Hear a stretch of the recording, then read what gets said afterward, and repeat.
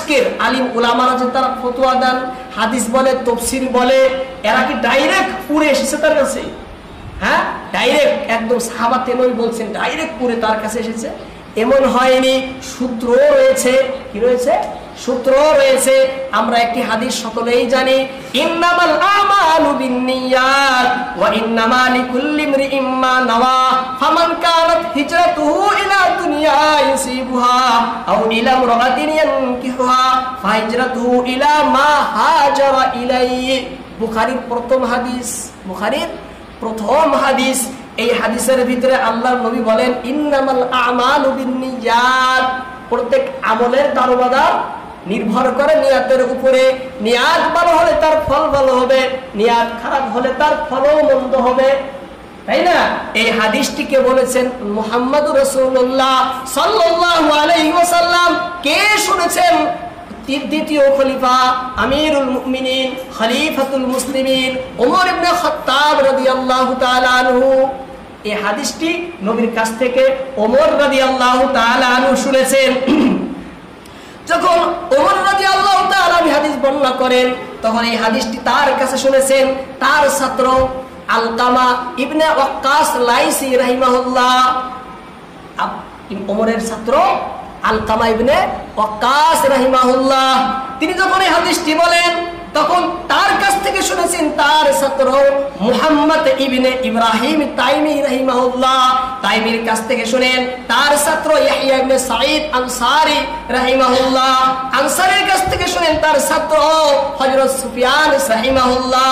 সুফিয়ান কাছ থেকে শুনেন তার ছাত্র হযরত আব্দুল্লাহ ইবনে জুবাইর হুমাইদি রাহিমাহুল্লাহ। হুমাইদির কাছ থেকে শুনেন ইমাম বুখারী রাহিমাহুল্লাহ, যিনি বুখারীর ভিতরে লেখেন। তিনার উস্তাদ হুমাইদির কাছে গিয়ে এই হাদিসটি তিনি নিয়ে এসেন ইমাম বুখারী সহিহুল বুখারীর মধ্যে হাদিসটি তার উস্তাদের সূত্রে লেখেন। ইমাম বুখারী কাছ থেকে তার ছাত্র শুনেছেন, ছাত্র মুহাম্মদ ইবনে ইউসুফ রাহিমাহুল্লাহ। মুহাম্মদ ইবনে ইউসুফের কাছ থেকে হাদিসটি শুনেছেন তার ছাত্র আব্দুর রহমান আব্দুল্লাহ ইবনে আহমদ। আব্দুল্লাহ ইবনে আহমদ থেকে তার ছাত্র শুনেছেন আব্দুর রহমান ইবনে মুহাম্মদ। ইবনে মুহাম্মদের কাছ থেকে শুনেছেন তার ছাত্র আব্দুল আউয়াল। আব্দুল আউয়ালের কাছ থেকে শুনেছেন তার ছাত্র হুসাইন ইবনে মুবারক। হুসাইন ইবনে মুবারকের কাছ থেকে শুনেছেন তার ছাত্র আহমদ ইবনে আলী আবি তালিব। আবি তালিবের কাছ থেকে শুনেছেন হাদিসটি তার ছাত্র ইব্রাহিম ইবনে আহমদ। তার কাছ থেকে শুনেছেন তার ছাত্র ইবনে হাজার আসকালানি রাহমাতুল্লাহ আলাইহি।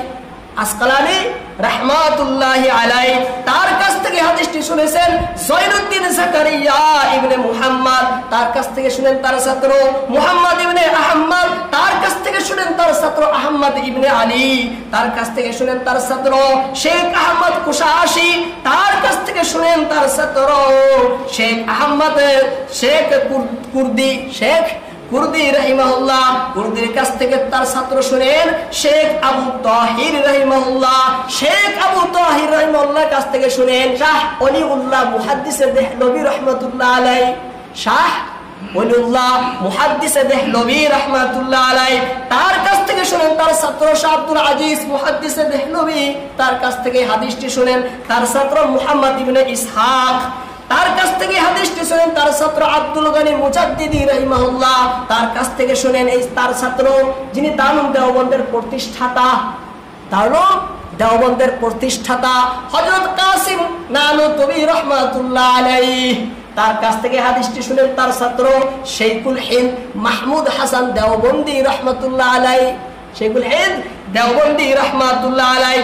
তার কাছ থেকে এই হাদিসটি শুনেন তার প্রিয় ছাত্র শেখ ফখরুদ্দিন মুরাদাবাদী রাহমাতুল্লাহ আলাইহি। তার কাছ থেকে এই হাদিসটি শুনেন তারই ছাত্র যিনি বর্তমান দারুল দেওবন্দের মুহতামিম এবং শেখুল হাদিস হযরত মুফতি আল্লামা শেখ আবুল কাসিম নুমানী দামাত বারাকাতুহু হাফিজাহুল্লাহ। তার কাছ থেকে হাদিসটি শুনে আমি তার কাছে পড়েছি, তার কাছ থেকে আমি নিজেই সেই হাদিসটি শুনেছি। তিনি যখন বুখারী পড়ান, প্রথম তিনি হাদিসটি তিনি তুলে ধরেন। আমি এই হাদিসটি আমার উস্তাদ এবং তিনি আমার পীর ও আমার মুর্শিদও। আমি এই হাদিসটি শুনেছি আমার পীর ও মুর্শিদ আবুল কাসিম মুফতি নুমানী দামাত বারাকাতুহু হাফিজাহুল্লাহর কাছ থেকে। এইভাবে 86 হাদিস দাওরাতে যেগুলো পড়ানো হয়, এইভাবে এক এক হাদিস হাদিসের সূত্র গিয়ে আমাদের সূত্র নবী পর্যন্ত পৌঁছায়, আমাদের হাদিসের সূত্র নবী পর্যন্ত পৌঁছায়। আমাদের কাছে যে জ্ঞানগুলো থাকে সেই জ্ঞানগুলো উড়ে আসে না, এর ধারাবাহিকতার সূত্র রয়েছে।